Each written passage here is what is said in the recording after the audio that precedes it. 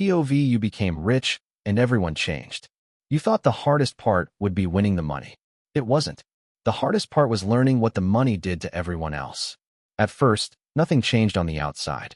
You still wore the same gray t-shirt. You still drove the same old car for a few more weeks. You still bought coffee from the same gas station where your life had changed. You still answered texts with short replies and avoided talking about yourself. But inside, everything was different. You had more than $50 million sitting quietly in accounts your family knew nothing about. Your mother thought you were broke. Your sister thought you were barely surviving. Your brother thought he had won. And for a while, you let them believe it. Not because you were scared, because for the first time in your life, you wanted to see who people were when they thought you had nothing left to give. The first person to notice something was wrong was your sister, Claire. Not because you bought a mansion. Not because you posted a new car. Not because you wore a watch or changed your clothes. She noticed because you stopped saying yes. When she called and asked you to help mom with another bill, you said, "Ask Mark." There was silence on the line. Then she laughed. Not a real laugh. The sharp kind. "Are you serious?" "Yes. You know Mark has a family. And he has 4 properties now." Claire went quiet. You could almost hear her rearranging her anger. "You've changed," she said. That was the first time you understood something. People do not always say, "You've changed," because you became worse. Sometimes they say it because you stopped being easy to use.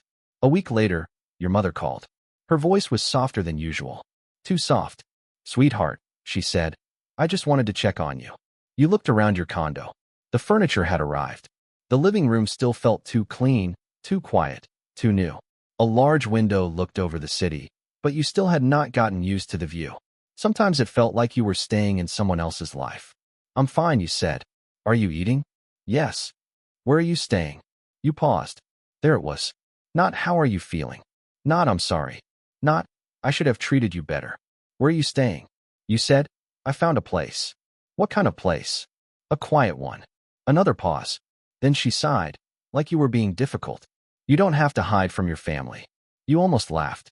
Because that was exactly what families said when they wanted access. The old you would have explained.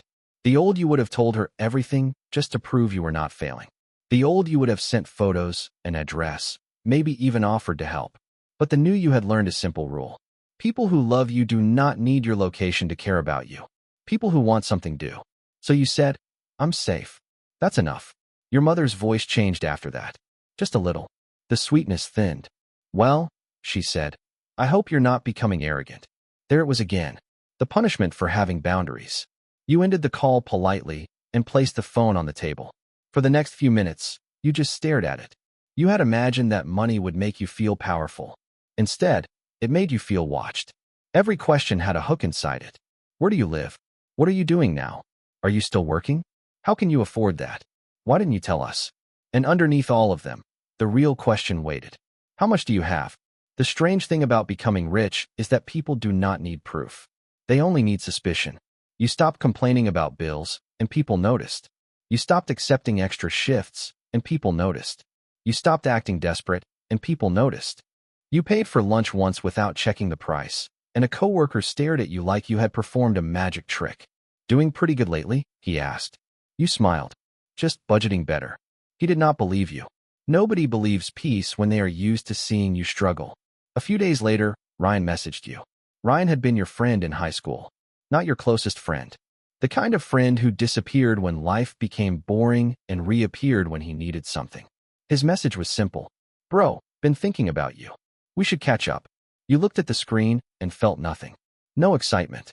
No nostalgia. Just curiosity. You agreed to meet him at a small diner near your old neighborhood. Ryan arrived late, wearing sunglasses indoors and talking too loudly before he even sat down. "There he is," he said. "Man, you look good. Different. You working out or something?" "No." "New job?" "No." He grinned. "Come on. Don't be mysterious." You said nothing. That made him nervous. So he started talking. At first, it was memories. School. Old teachers. People who got married. People who got arrested. People who moved away. Then, slowly, the conversation turned. "I've been building something," he said.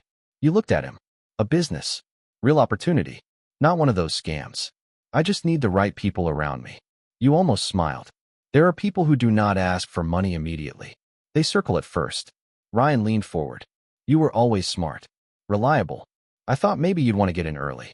How much? He blinked. What? How much do you need? His smile widened too quickly. Not need. Invest. Big difference. How much? He looked around, then lowered his voice. 25,000 would get things moving. But if you could do 50, I could give you a better percentage. There it was. The number. The reason for lunch. The friendship invoice. You took a sip of coffee. Why me? Ryan laughed like the answer was obvious. Because I trust you. You looked at him for a long moment. No, you said. You think I have money. His face changed. Only for half a second. But you saw it. That was the thing about money. It made people act. But refusal made them honest. Ryan leaned back. Wow. Okay. I didn't know you were like that. Like that. Careful. Private. No longer available.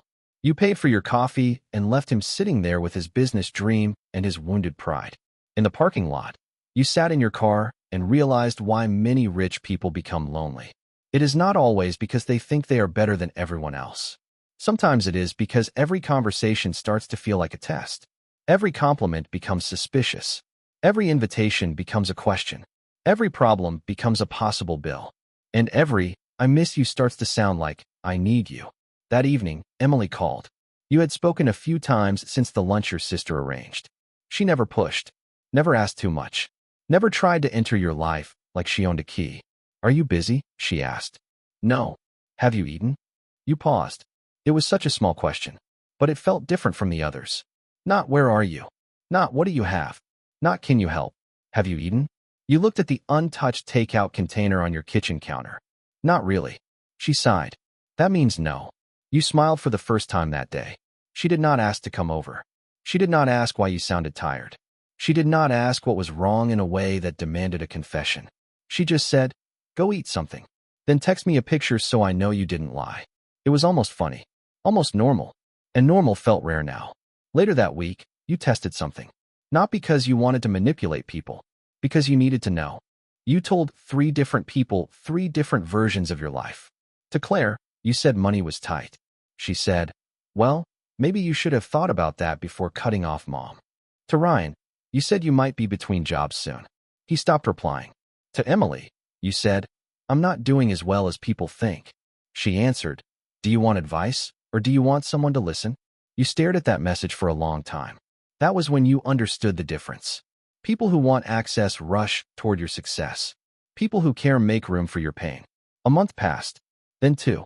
Your family's tone began to change. Mark called you for the first time in weeks. He sounded tired. The properties were not the gift he thought they were. One needed a roof. One had unpaid taxes. One tenant had stopped paying rent. Another house needed legal work before it could be sold. He did not apologize. Men like Mark rarely start with apology. They start with pressure. Look, he said, whatever happened between you and mom, we're still family. You closed your eyes. Family. The word people used when fairness became inconvenient. I know, you said. So you'll help? No. He exhaled sharply. You're really going to watch mom struggle? You have 4 houses. That's not cash. And I am not your emergency fund. The line went quiet. Then his voice dropped. You think you're better than us now? There it was. The oldest trick. If you refuse to be used, they accuse you of looking down on them. You said, no. I just finally stopped looking up. Then you hung up. That night, you stood by the window of your condo and watched the city move below you. Millions of lights. Thousands of lives. People going home. People going broke. People falling in love. People lying. People hoping tomorrow would cost less than today. You had money now. Real money. Enough to change your life, your family's life. Maybe even the lives of people who had hurt you. But money had also given you something you did not expect. Distance. Not just from poverty. From noise. From guilt. From people who only loved the version of you that stayed small. You used to think being rich meant never being alone. You imagined dinners, parties, friends, family, laughter, people finally proud of you. But nobody tells you that when your life improves, some people experience it as an insult. Your peace offends them. Your freedom exposes them. Your silence scares them because they can no longer measure you. That is why many millionaires become lonely. Not because they have no one around, but because they learn how many people were standing near them for the wrong reason. A week later, you met Emily at a small park. No expensive restaurant. No performance. Just coffee, a bench, and late afternoon light through the trees. She sat beside you and handed you a paper bag. "What's this?" "A sandwich," she said. "You look like someone who forgets food when he overthinks." You laughed. A real laugh. Then she looked at you carefully. "You don't have to tell me what's going on," she said. "But whatever it is, don't let it make you suspicious of everyone." You turned toward her. "What if suspicion is safer?" "It is," she said. "But safety is not the same as living." That stayed with you. Because she was right. Money had taught you to protect yourself. But protection could become a cage if you never opened the door for anyone. You did not tell Emily everything that day. Not yet. You only told her one truth. "I'm trying to figure out who liked me before they knew anything about me." She nodded. "That's hard." "Yeah, but not impossible." You looked at her. She smiled. And for once, the silence did not feel empty. It felt honest. Later, when you got home, there were more messages waiting. From your mother. From Claire. From Mark. One from Ryan too, pretending nothing happened. You read them all.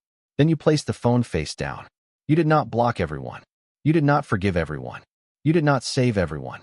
You simply stopped confusing guilt with love. That was the real change. Not the condo. Not the money. Not the number in the bank. The real change was this. You no longer needed people to approve of the life they tried to keep you from having. You looked out at the city and finally understood. Money does not make people fake. It gives fake people a reason to reveal themselves. And if you are lucky, it also reveals the quiet ones. The ones who ask if you ate. The ones who respect your no. The ones who do not need your balance to decide your worth. Those are the people you keep. Everyone else can keep guessing.